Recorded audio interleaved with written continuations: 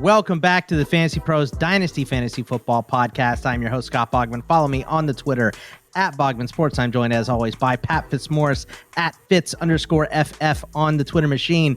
Fitzy, it's the hater episode.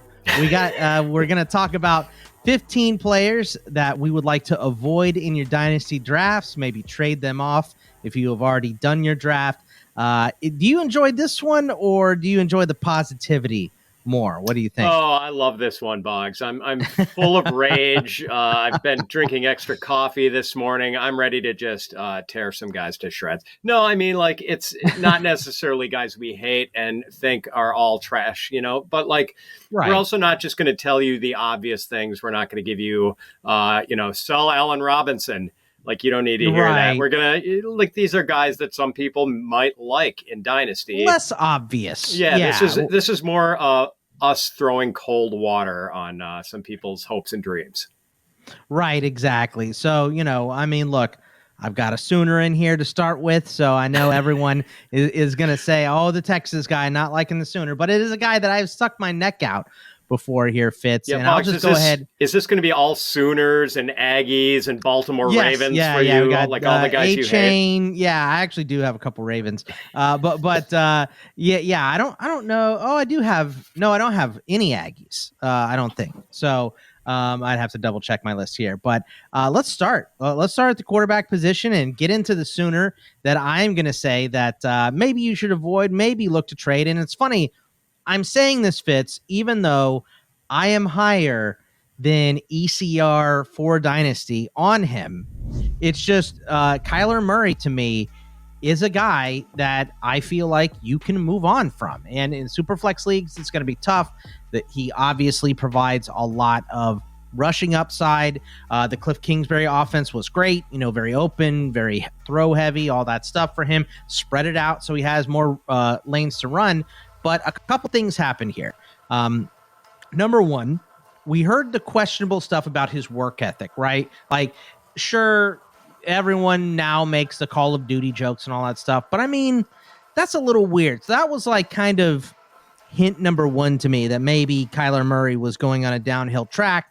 Then he, of course, injured his knee. He's coming off ACL surgery in this offseason. I know that they want him to be ready for week one, but that is a tall task for him to, live up to be back immediately. I don't think he's going to be back week one. I think you have expressed your concerns about that as well, too, Fitz. And the third strike for me is that this offense should slow down. You have Gannon coming over from Philly, a defensive coordinator who is probably going to want to slow that offense down a little bit, run the ball a little bit more, especially with a horrid defense. I mean, the Cardinals and the Rams are going to have some bad defense in the West this year for the NFC. And, you want to keep your bad defense on the sideline and gassed up, so you slog a little bit on offense. You let the play clock run down. You run the ball a little bit more. Plus, coming off a knee surgery, I think that rushing upside for this season is going to be at least significantly lowered, if not, just gone outright. So, also, Kyler Murray has a baseball career to fall back on, and he's only 27. So if he decides that he doesn't want to do this and he doesn't want to work as hard as you have to be a quarterback in the NFL, he could go start his career Tim Tebow style in baseball. So there's just too many outs for Kyler Murray for me to really trust him moving forward from this point. Great talent. I worked with Cliff Kingsbury. I'm afraid of him kind of sinking like a stone. What do you think of Kyler Murray, Fitzy? So it's interesting, Boggs. I mean, I do think his career is sort of at a crossroads right now. And like you, I'm very pessimistic that he is back in time for week one. I mean, he tore his ACL, I believe it was week 14. So that would be a pretty aggressive timeline to get him back. Plus, I don't think the Cardinals have any aspirations of going to the Super Bowl this year, So like, there's really going to be no need to rush. Yeah. If they do indeed view him as their, quarterback of the future, and like they've now made a commitment to him. It looks like he's going to be, there's really no need to bring him back aggressively this year, because this is a building team, like what they did in the draft, to maybe set themselves up for the future. But clearly they're not in it to win it this year. Yeah. But where I'm going to push back on you a bit, Boggs. Well, first of all, on the bad defense thing, I mean, like, maybe you want to run the ball, but like, we know that's not going to be possible. They're just the games. Fourth quarter, you're going to be passing. Yeah, the game scripts are just not going to be favorable. And if anything, that could maybe fuel some like big spike games for Kyler. And I mean, speaking of spike games, Boggs, this dude's had a lot of them. I mean, and I've like my most important dynasty league. We did the startup in 2020, and I got Kyler. I think Kyler was my first round pick. Like, he's been really good, man. When he's been healthy, he has piled on the points. And there were even these games last season where he would be like slogging along at halftime. He'd be like 5 for 11 passing for like 62 yards, barely anything on the ground. You're like, oh man, Kyler is just having a rough week. And then all of a sudden you turn around and he's got like 23 fantasy points, like these big second halves. Like, this dude can really pile up the points in a hurry. Like, now, is he the equal? Is he as good a real life quarterback as fantasy quarterback? Maybe not. And I know, like my good friend's brother-in-law is a Cardinals season ticket holder, and he can't stand Kyler. Like, he wants the Kyler Murray to be over, Kyler Murray era to be over yesterday. So, yeah. But man, like for fantasy, I'm not. For a smaller guy too, though, coming off the knee injury, Fitz, like, you better not hang him out to dry back there too many times, right? Because those quarterbacks take big hits, right? And that offensive line is still, it's probably middle of the road. Yeah, but I do feel like the price has come down on him a little bit in Dynasty. So right now I'm kind of leaning more towards fairly priced than overvalued. Okay. But you do make some good points, though. I totally understand where you're coming from. That is fair. The next one is, we told you we're not going to give you obvious ones. And this one is a little obvious for me. I'm going to say Tua. And I love Tua as a talent. But obviously, with him going out so many times with the concussions last year, I mean, he had to, this offseason, he's working with a jiu-jitsu specialist to learn how to fall properly so he doesn't bang his head on the ground like he did last year. I mean, the writing is on the wall here for his career to be over fairly quickly. Great talent, averaged over 20 points per game last season. So he has Tyreek, he has Jalen Waddle. There's tons and tons of talent in Miami around him too. Great system for a quarterback, but it just boils down to the health concerns long term. So for right now, I would say you hold on to him, let him play a couple weeks of the season, get those impressive numbers up again, and then trade him at his peak if you can. That would be my suggestion with Tua, but I would try to get out from under this guy if I could at this point and take someone younger, get a rookie QB, wait for one of those guys coming out next year as well. I have real concerns in my heart for Tua. I hope he plays 15 years. But I do not expect him to last very much longer. Yeah, mixed feelings here too, Boggs, and it seems like you're really picking on that favorite dynasty team of mine, because my top two quarterbacks are Kyler Murray and Tua Tagovailoa. I just looked at your roster, Fitz, and just went down it. So yeah, so I totally understand the health concerns. I mean, like multiple brain injuries, like he's at risk, like he's at greater risk than other players, no question about that, and it's worrisome to know that his career could be over with the snap of your fingers. Like it could happen really quickly. On the other hand, I mean, we did see last year that Tua is actually a pretty good quarterback. He's like a great quarterback. Yeah. And there were questions about it last year. There were definitely people lined up on either side of the Tua debates, ready to talk about his merits just as a player alone. And I think last year he proved that he's pretty good, man. Plus having Tyreek Hill and Jalen Waddle at his disposal, not at all bad. Definitely helps. Yeah. So, We'll see if the jiu-jitsu specialist helps. Maybe he should spend some time with like some WWE trainers too. If he goes up to Buffalo and like a defensive tackle tries to put him through a table. Yeah, they've got tables up there. Yes, exactly. So get him in one of those hardcore matches for sure. So risky without question, Boggs. But it is. There's reward there too. So it's all how you calibrate the risk and reward, whether you think where he is currently going in startups, what you think his trade price currently is, whether you think that's reasonable or not. And I can understand just like wanting no part of Tua.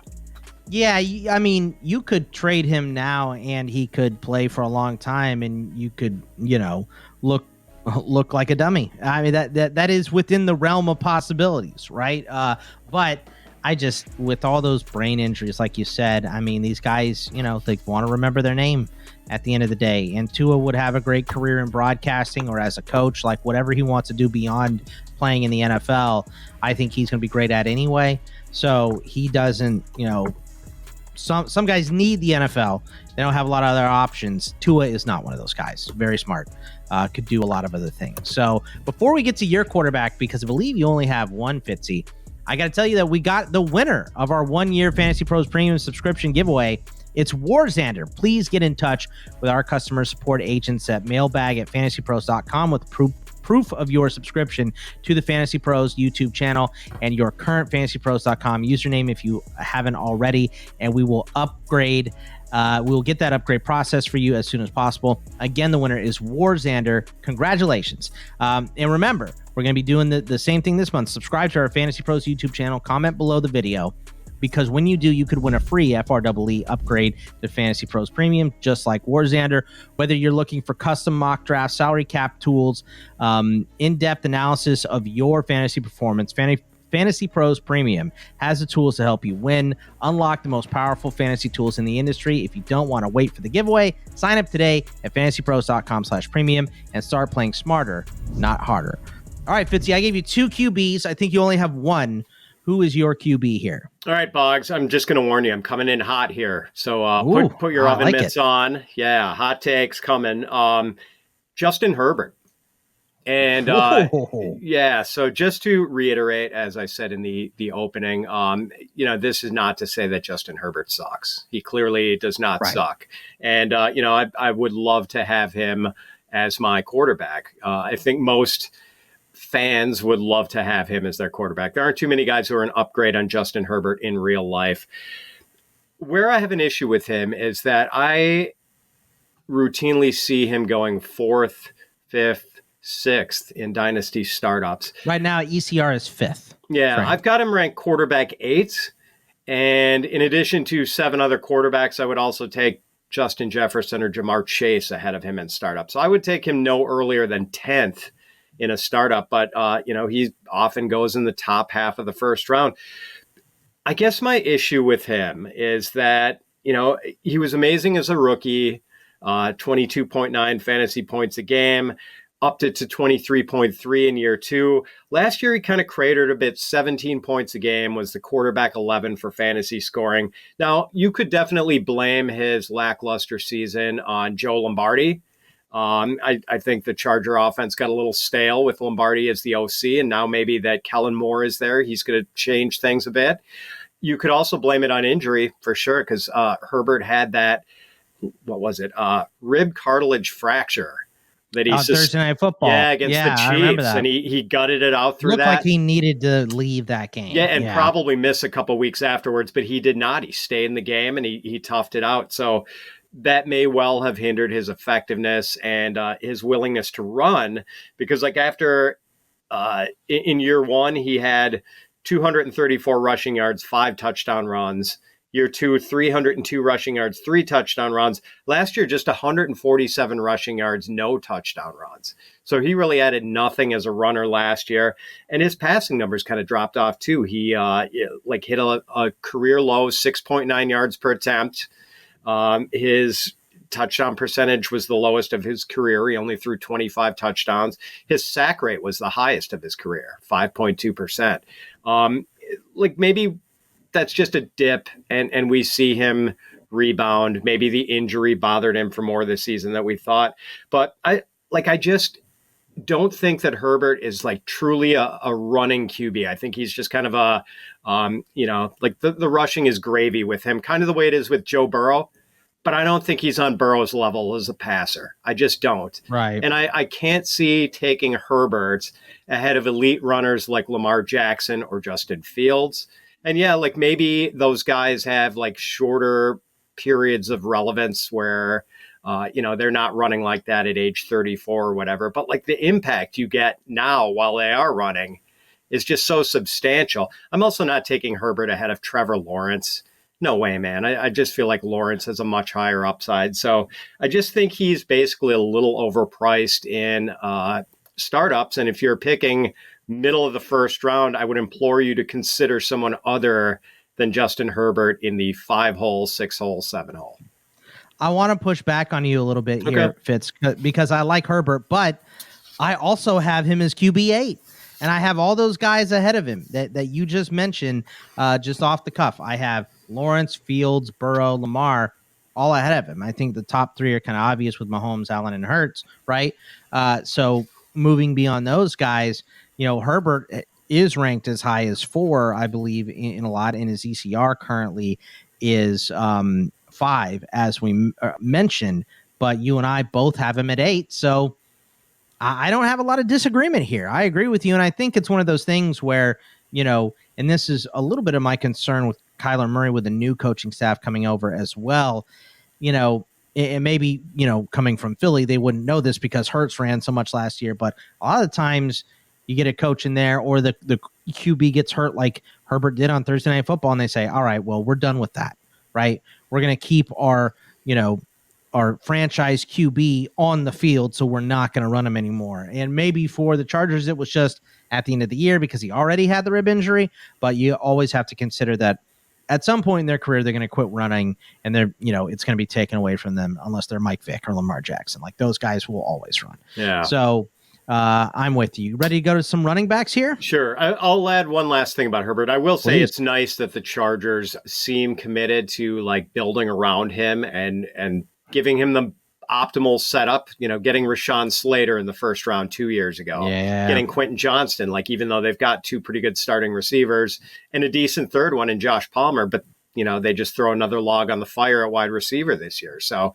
I like that they're trying to set him up for success.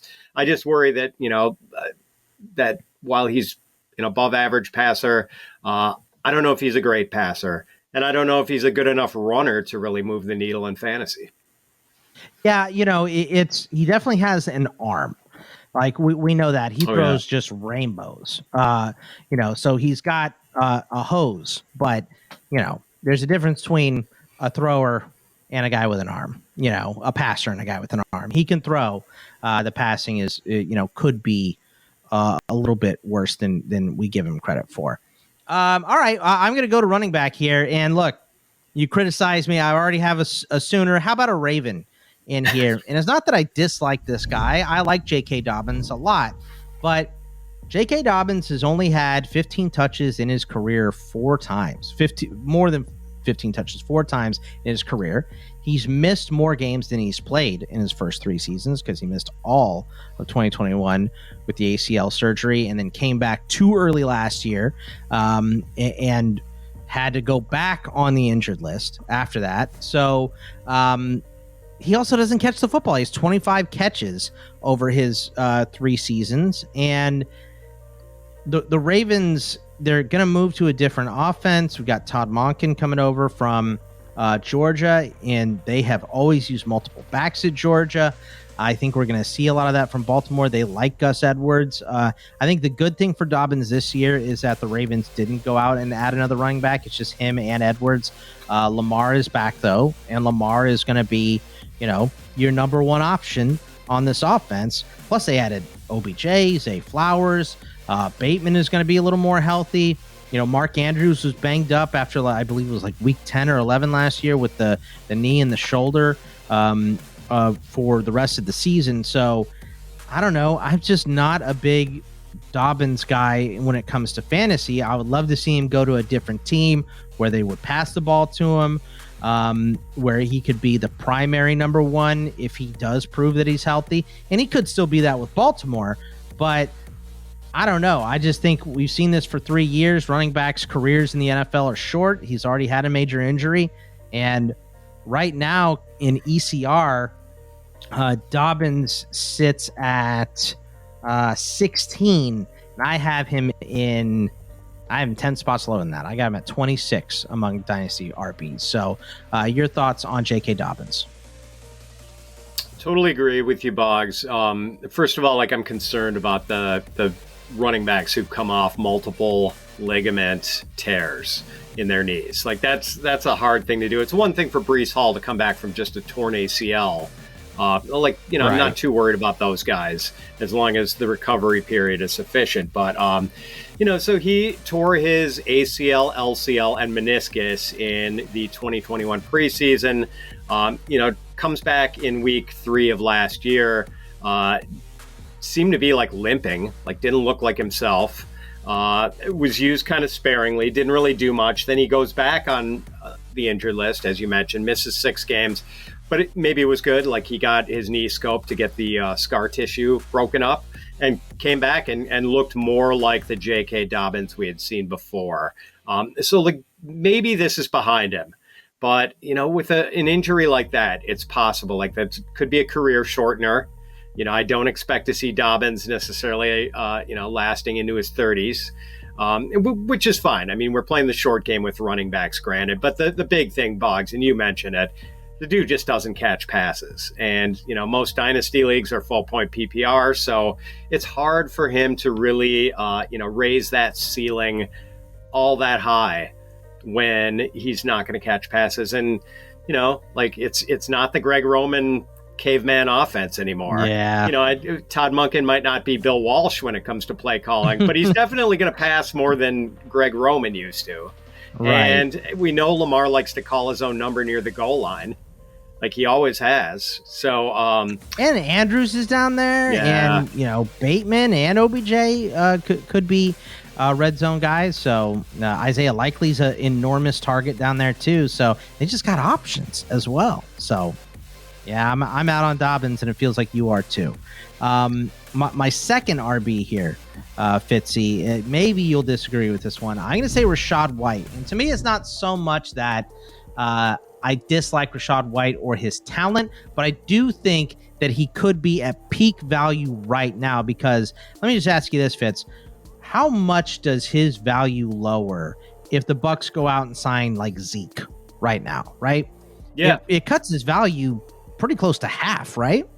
Yeah, I mean, Zeke, Dalvin Cook, I don't know if bring back Fournette. I was going to say, I don't know if the door is closed completely on Leonard Fournette coming back. So yeah, there's some, the game of musical chairs at running back. The music hasn't stopped yet, and it's right. Very possible.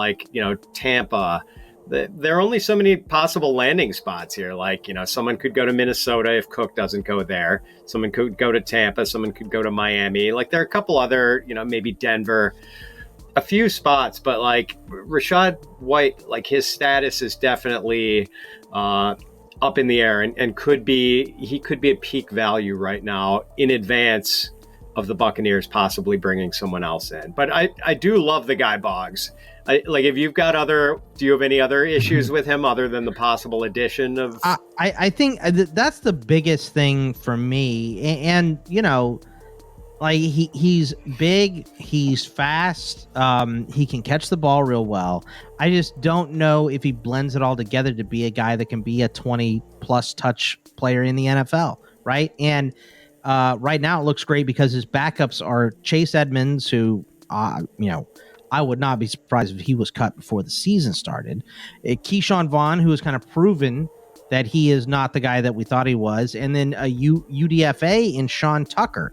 So I feel that it's almost guaranteed that the Bucs, it doesn't have to be one of those primo guys, one of those top guys, but just bring in someone that is a rock, that can, carry between the tackles and stuff and give Rachaad White a breather, because they don't have that on the roster currently, unless Sean Tucker proves that he can do it, because Vaughn, to me, has proven that he can't, and Chase Edmonds is a receiving back. He is a Gio Bernard clone, little guy. So I don't think he's going to be doing a lot of running between the tackles. So I feel that it's almost guaranteed that they bring somebody else in unless Tucker just looks real good. So for me, it's right now, trade him at his starter's value, or if they don't get somebody going into the season, I think I'd move off from him before the season is out for sure. Yeah, the reason I really can't get on board, Boggs, I do understand that, but like even if they did bring in Zeke, who might be cooked anyway, or Dalvin Cook, who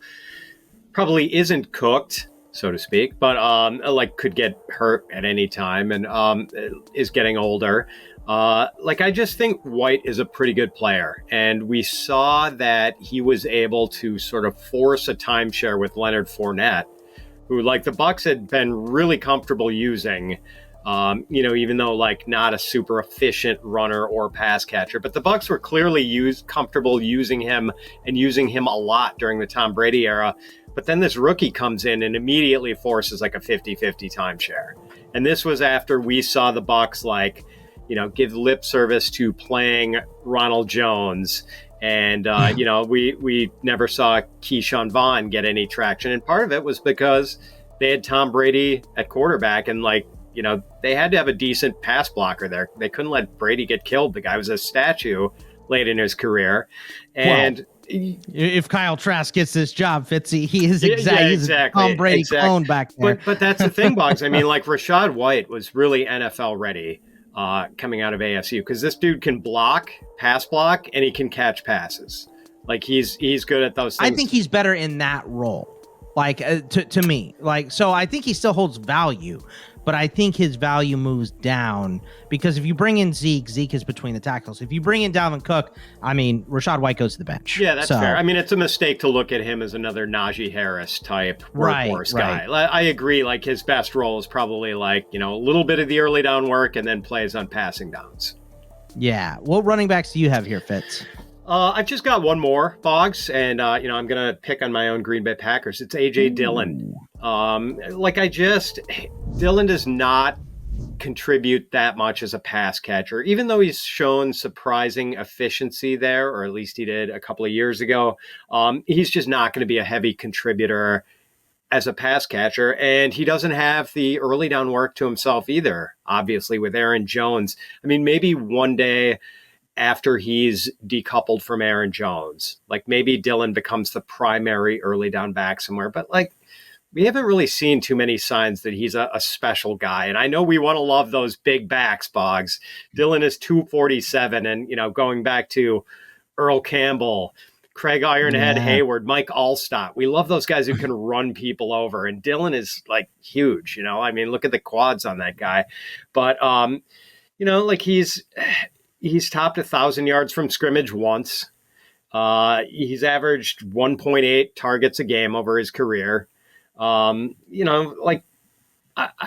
don't really see a lot of upside here. And his ECR, I think, puts him as a mid-range running back 3. I have him more as a mid-range running back 4. I think he's a depth piece and not really a guy who can potentially be a long-term starter for your dynasty team.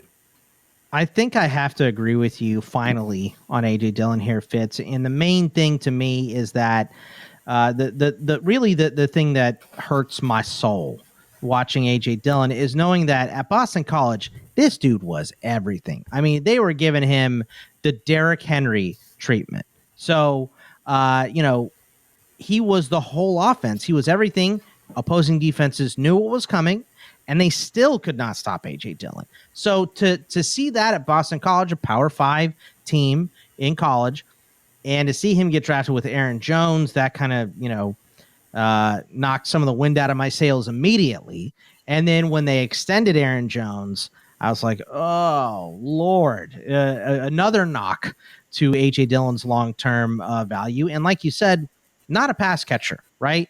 Aaron Jones is the main pass catcher. Aaron Jones is also the main between the tackles guy. So we want to see A.J. Dillon get more out of, being a red zone back. Maybe he does that now with Jordan Love. Maybe they have to go to him a little bit more down at the goal line because it's just, you're not getting a lot out of Jordan Love, so you better run the ball down there. I don't know. But, he's in a committee behind a back that's better than him. and is going to be for a little bit here. So I'm with you in that while he's on Green Bay, probably his value is going to be less than perceived. So I'm with you there. And by the way, Boggs, that was Dillon was part of that not so illustrious 2020 Packers draft where they traded up to draft Jordan Love in the first round, came back with, an early down thumper running back in the second round, Josiah DeGuara, an H-back in the third round. Like one of the worst drafts any NFL team has had in the last 5 years, I think. And Boggs, Dillon was the best part of it by a million miles too. Pretty much. And, I was so depressed by that draft as a Packer fan, which I hated at the time. And I think time has shown that was not a great, I don't know, maybe Jordan Love turns out to be great and I'll have to change my tune on that. But man, that was a rough couple of days, Boggs. It was right at the onset of COVID, so I couldn't go out to a bar and drink my sorrows away. That was tough, man. Man, yeah. Drafting all out of Roger Goodell's basement too. It was a very strange year that year. I do have one more running back I forgot about, but before we get to him, I got to tell you guys about Reality Sports Online, the powerful fantasy sports platform where owners get to build and manage their fantasy team like an NFL general manager. But the question is, have you tried it? It's time to see what all the buzz in the dynasty community is about. Free agency, multi-year contracts, a rookie draft, multi-team trades, franchise tags, contract extensions, first-round rookie options, automated contract and salary cap functionality, and much, much more. Think it sounds complicated? It is not. The best thing about Reality Sports Online Fantasy Front Office is that it doesn't take any more time than a standard league. It just requires more strategy.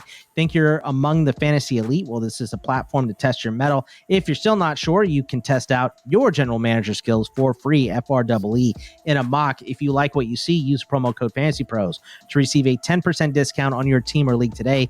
Fantasy just got real at realitysportsonline.com. I forgot about this guy because I was looking last night. I was trying to add my 10th player. I wasn't sure what position I was going to do it at. And I decided to go back to running back and pick on DeAndre Swift a little bit. And look, I know that DeAndre Swift landed in a great spot being traded to Philly, but he was traded for a 6th-round pick. When you get traded for a 6th-round pick during the NFL draft, that means that other teams, you try to get to squeeze a 5th or a 4th out of them, but the NFL is telling you how they view DeAndre Swift when he only gets moved for a 6th-round pick. A little higher contract as well, so maybe that was part of it. But for me, I love Swift coming out of college. I thought he was the best running back in that draft, and that is a draft that included Jonathan Taylor. I was higher on Swift than I was on Taylor, even though he had a little size concern. Now, look, I love Taylor too. Don't get me wrong. And when they got drafted, I was the Taylor guy.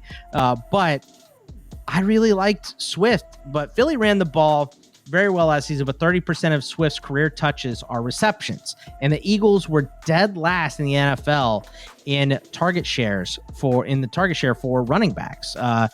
Swift had 70 targets last year on the Lions as, like the 3rd or 4th option on that team.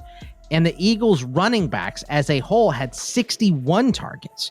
So, new offensive coordinator Brian Johnson will call more pass plays to the running back. You don't go out and get DeAndre Swift if you're going to run the same exact offense that you had last year. But, they made the Super Bowl last year with the offense they were calling. So it's kind of one of those, if it ain't broke, don't fix it. And I think Rashad Penny is a better running back than DeAndre Swift. Swift has also been nicked up pretty much his entire career.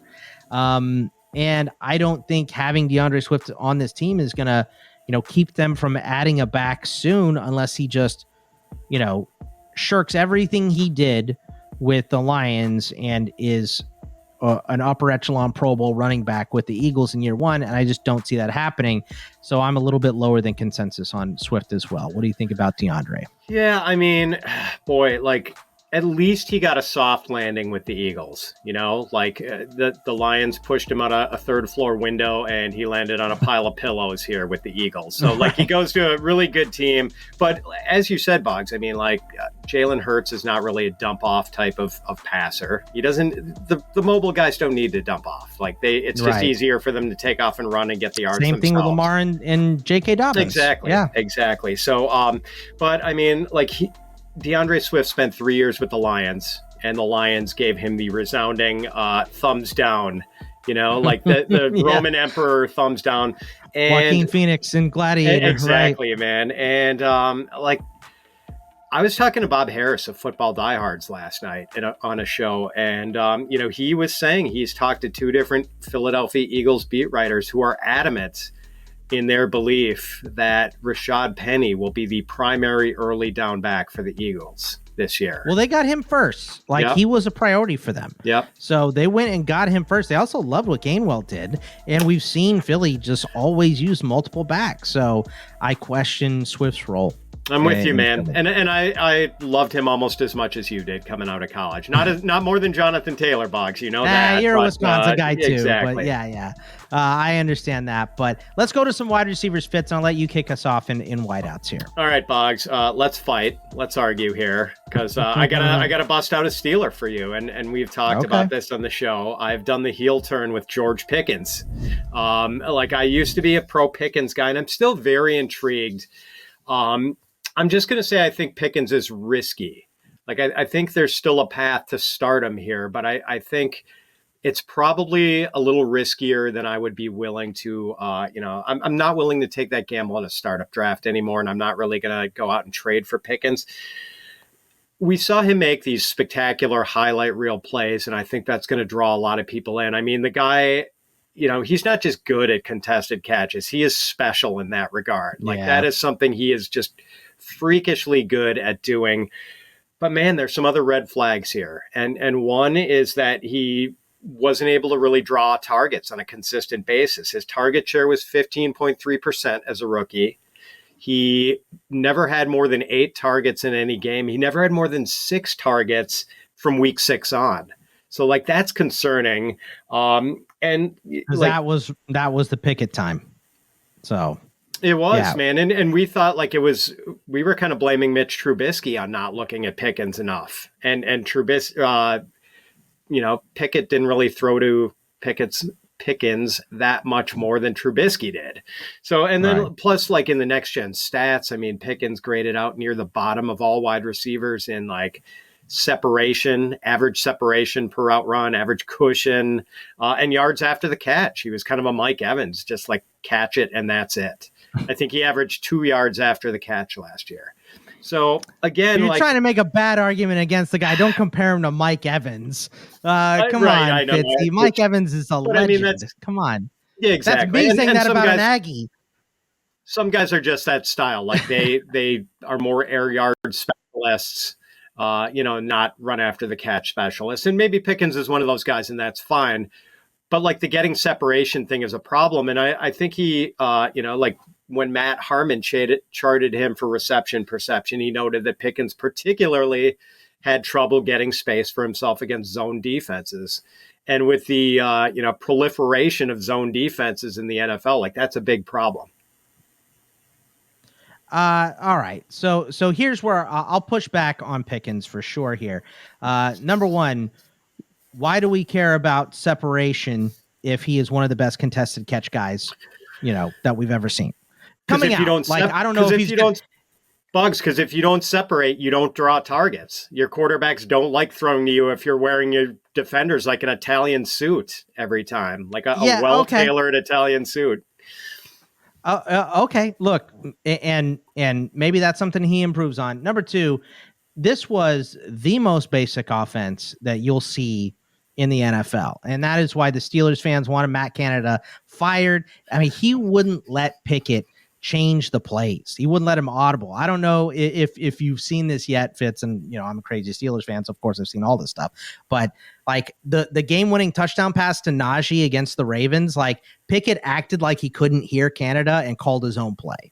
He heard him perfectly, but he called his own play in the huddle and it scored a touchdown. I think they're going to give Pickett a little more freedom to throw the ball. But look, Pickens is probably going to be a boomer bust wide receiver for his career.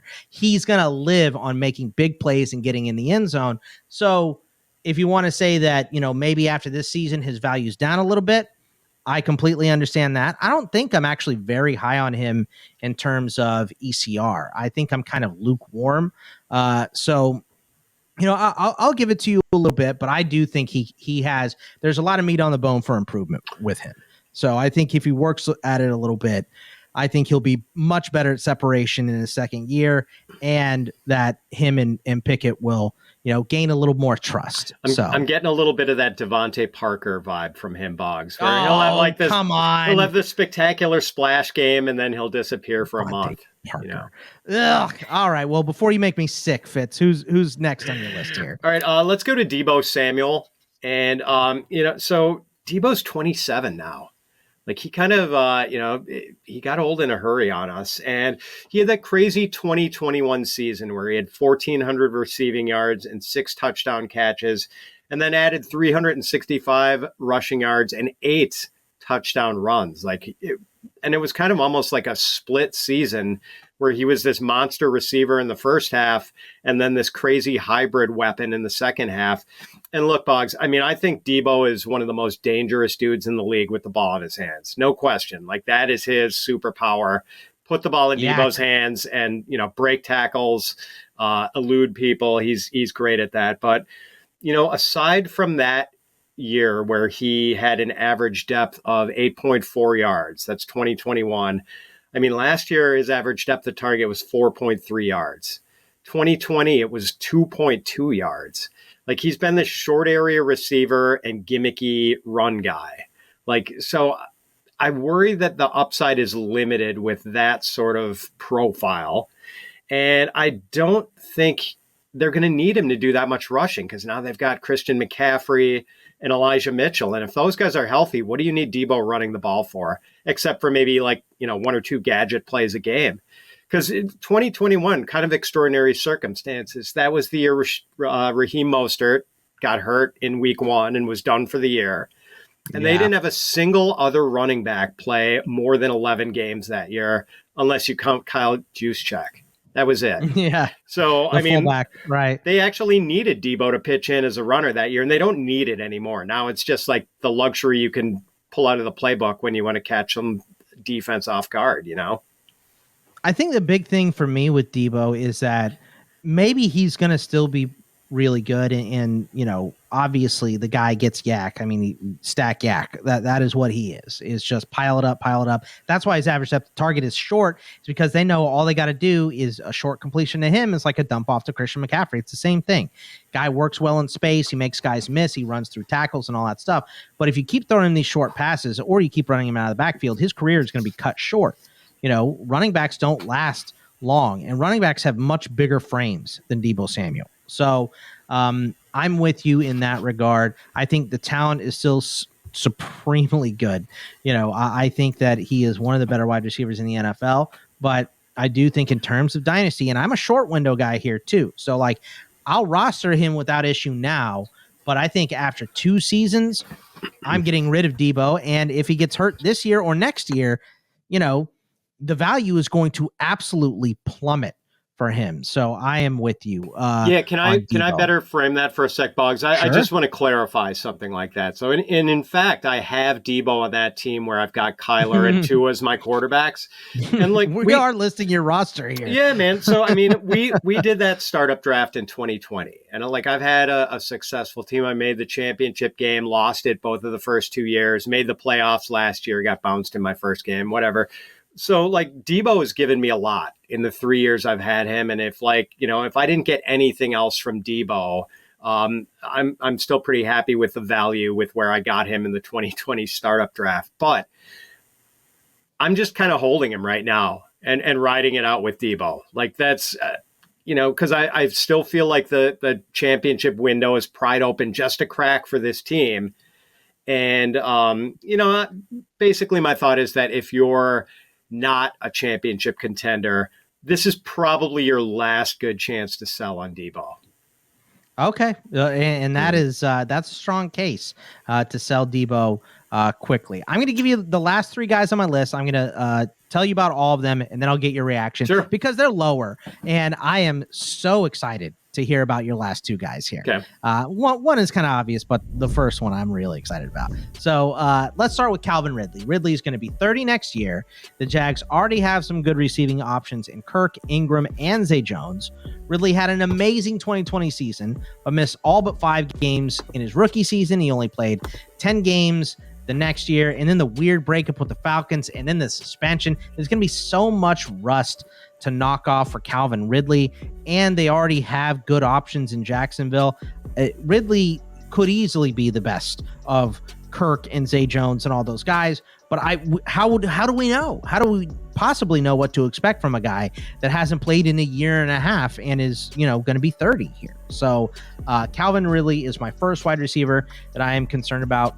Number 2, Mike Williams. The Chargers just drafted his replacement in Johnston, and even when he's injured, he is not injured, which is often, he's almost always questionable.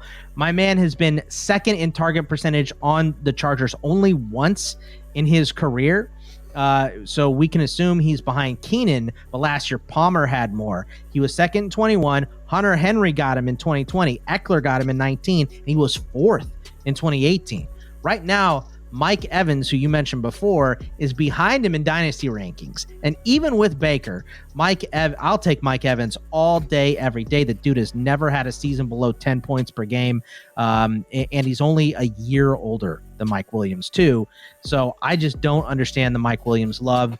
And my third one, and I really don't understand the love here. I'm going back to Baltimore, and I love this player, but I hate his situation. Rashod Bateman. What is he doing at 38 overall in our ECR? Andrews is the number 1 receiving option on that team. They signed OBJ and they drafted Zay Flowers. Bateman isn't dead, but he's probably going to have to get out of Baltimore to have crazy amount of success, and he's not a free agent until 2025, Fitz. So these 3 guys, Ridley with the rust, Williams with the injury history and not getting the amount of targets that we want him to get, and having his replacement drafted, and Rashod Bateman getting buried in one off season. I mean, I got major concerns about all 3 of these guys. All right. I mean, I agree with you on Ridley. And I got to fact check you here, Boggs. He's 28 now. He will 28. I'm sorry. He'll turn 29 on December 20th, just about a week after I turned 29, Boggs. Right after you turned 29. Yes, exactly. Okay. Yeah, so same birthday, you and Mike Williams. Yes. So I bet as a year off. And by the time he takes the field for week 1, it's going to have been nearly 2 years since he last played football. And as we saw with Deshaun Watson last year, it is hard to come back from that long of a layoff in the NFL. And maybe it's different for a wide receiver than it is for a quarterback, but still, man. And I don't know. I mean, is this dude really committed to football? He had the gambling thing, which was just a stupid thing to get suspended for. And then I know before that, and I'm not knocking him for this. I know he was, had talked about possibly taking time off to attend to his mental health. And that's great, man. But it's just, I don't know if football is that important to this guy after the gambling thing. That's right. my big issue. And is he even going to be the Jags lead receiver? I've already got a prop bet with one of my friends that I think Christian Kirk is going to have more receptions and yardage than Ridley this year. I would take that bet too. Yeah, and Ingram is still there, and Zay Jones, and they've got some pass catching running back. So I know there's probably going to be a lot of love to go around with Trevor Lawrence, but I just don't see Ridley having one of those smash seasons like he had in Atlanta, when it was basically at first Julio and Ridley, and then for a while just Ridley. So I'm with you. I feel like the price has come down in Dynasty on Mike Williams. When I see Mike Williams trades in my various leagues now, it seems like there's been sort of a reset with his value. So I do agree with the premise that yes, he's hurt a lot and he's got all this target competition, but I still like him more than Mike Evans in Dynasty, Boggs. And Evans, not me. I'm not trying to slam Evans, man, but Justin Herbert targets versus Baker Mayfield targets. And the fact that Evans was how long did Evans go through a touchdown drought last year? 9 games. And when Mike Evans isn't scoring touchdowns, man, and he's still in a half PPR, he still averaged more points than Mike Williams. He did, but he had that one game where he had 3 touchdowns. That was kind of the season saver all in one week. But so I don't know, man. I still would feel pretty good about throwing Mike Williams into my lineup any week he's healthy. I He's feel a like, good player. yeah. I'm not, and I won't knock the talent on any of these guys. They're all very talented. It's just the situation for Mike Williams just seems weird, and I really like the injury prone guys drive me nuts because it's not just the weeks that they miss; it's the weeks that they're questionable as well, and you don't want to play them. And that is Mike Williams to a T. He is questionable pretty much every week. So he just frustrates me. And Bateman, Boggs, it's like I still don't think we have a verdict in on Bateman. I think you're right. Coming out of Minnesota, like I saw a lot of that dude in college. And honestly, I thought he had no weakness, Boggs. Like good route runner, He's good a hands, player. Good after the catch, can line up inside or outside. I'm not going to be shy about him just because of Odell Beckham. Because, I'm setting the over-under on games played for Odell Beckham at like 8.5 this year. Okay, that's fair. And like Zay Flowers, I like him as a prospect, but who knows? And we do know they're going to throw to Mark Andrews. But like if Bateman is good, he's going to get his. And I still think Bateman is good. So I can't really go with you there. I think wide receiver 38 is like fair. Oh, I do not. I don't think it's, I think a lot of it is just this year. Too. This year is huge for him, and I like Rashod Bateman, but like I said, this is a run-first offense where Mark Andrews is your number one target getter. It's not a question. If he's out there, he is the number one. So who is two? Two is Lamar Jackson. Three is J.K. Dobbins, just in terms of usage and plays that they get. So Bateman at best is 4. And with Zay and OBJ there, I just think he's going to be hit or miss this season, and if he doesn't get on his horse this season, his value is going to plummet after missing so many games last year. So I'm just kind of if he's in this wide receiver 3-4 borderline right now, I feel like, would you trade Bateman to get a 2025 second? 2025 or 2024? Or 2024. Yeah, I mean, that's pretty fair. That's that's a fair exchange, I think. I think if I'm deep at wide receiver, I'd probably do that. Yeah. And if I could get more, I would take it. I mean, that's probably about where we're at with Bateman, admittedly. Yeah. But I mean, wide receiver 38 for a guy who still has a lot of years ahead of him. That's the thing. Just get out of Baltimore. That's why I was hoping he was going to get traded during the draft, but didn't end up happening. But you got 3 more left, and we only got 10 minutes, Fitz. Oh, so I think just 2 more to the finish line. 2 more, right? Okay. Yeah. So, and I can go fast on these guys. One, Davante Adams, and this one's pretty obvious, man. He's 30 now. And this is going to be the worst quarterback situation of his career. He's not working with Aaron Rodgers anymore. He's not working with his college teammates, Derek Carr, with whom he made such beautiful music at Fresno State and, had such a big year last year. Now it's going to be Jimmy Garoppolo, who does not really push the ball downfield aggressively. We know that about Jimmy G. He doesn't do that. So I worry that the ceiling for Davante isn't going to be that great.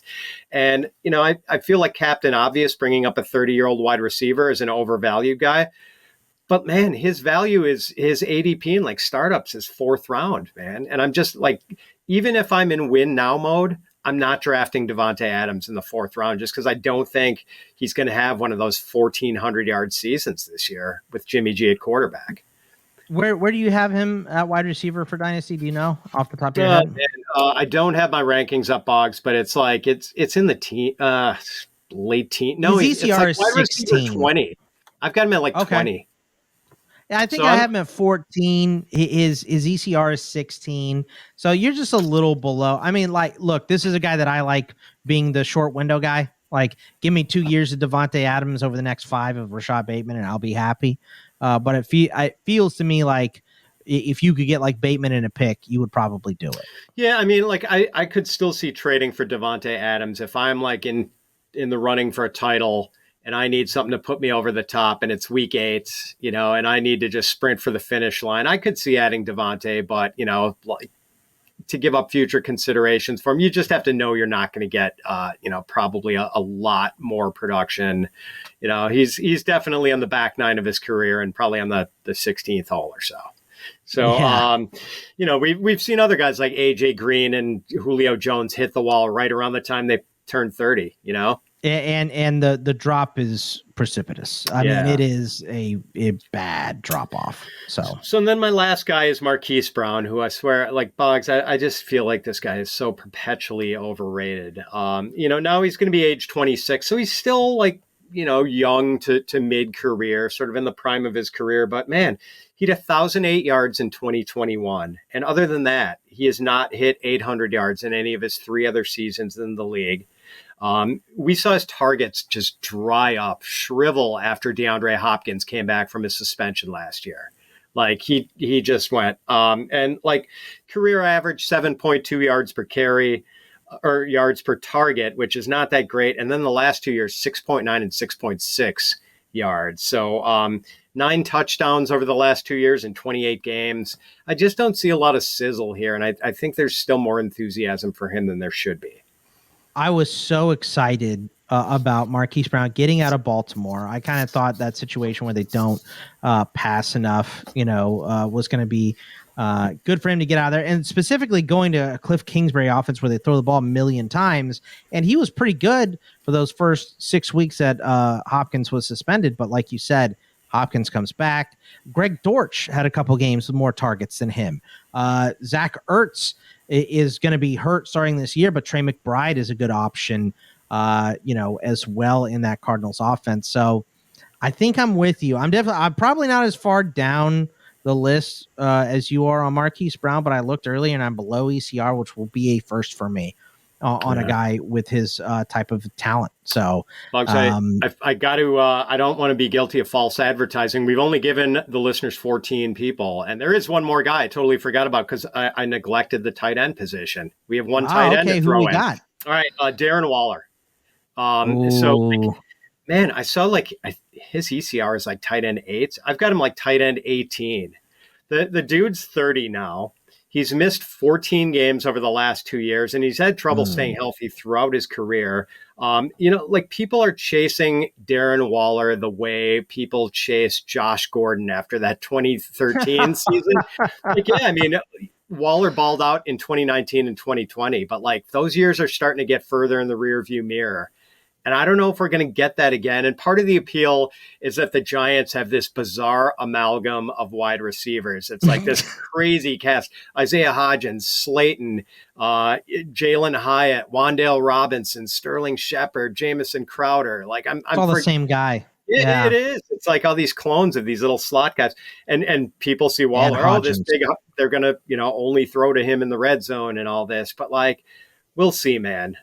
He's in a new situation. He's never played with Daniel Jones before. Maybe it works, maybe it doesn't. But man, I just feel like, and the other things, Boggs, if people, obviously you're looking at a short window of production out of Darren Waller if you get him. So his production this year is going to be really important to his value.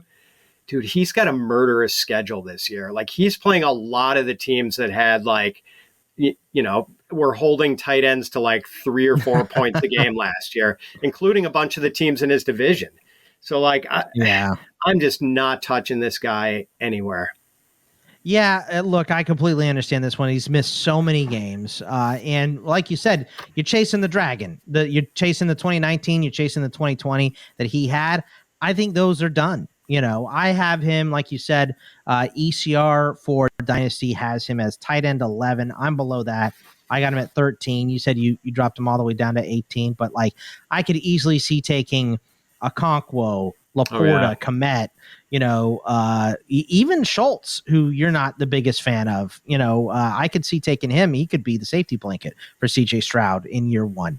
So, I understand. But yeah, Waller is probably getting a little bit too much buzz. I actually just wrote him up for the Black Book. I'm excited what the middle of that offense looks like. If they can put, Barkley short, Waller over the middle, and Hyatt deep, that stack could be nice. But I mean, how many plays is that a game? That's probably 4 or 5 plays. You're a right. game. So, upside for Waller, but he's aging and he's missed a bunch of games and his body has been through a lot. If you've heard anything about his story, so would not be surprised to see him end up on the IR again. Hopefully not, though. But these are the guys that we want to trade. Where did we get it right? Where did we get it wrong?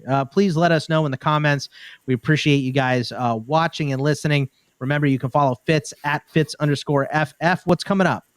If anyone is doing Dynasty startup drafts, I'm doing a series where I'm doing positional primers at every position. So if you want to see how to, my recommendations on how to attack quarterback, running back, wide receiver, and tight end, go over to fantasypros.com and check that out. And that's mainly it for me these days, Boggs. For me, I've got obviously this podcast in this league is going to be coming back, I believe, next week with an episode for you. I'm writing the black book and going to submit that pretty soon here for Joe. And I will have a little bit of stuff in the Dynasty Guide here for Fantasy Pros as well. So please check all of those out. Follow me on the Twitter at Bogman Sports, at Fitz_FF, and we will see you guys next week. Take it easy, everybody.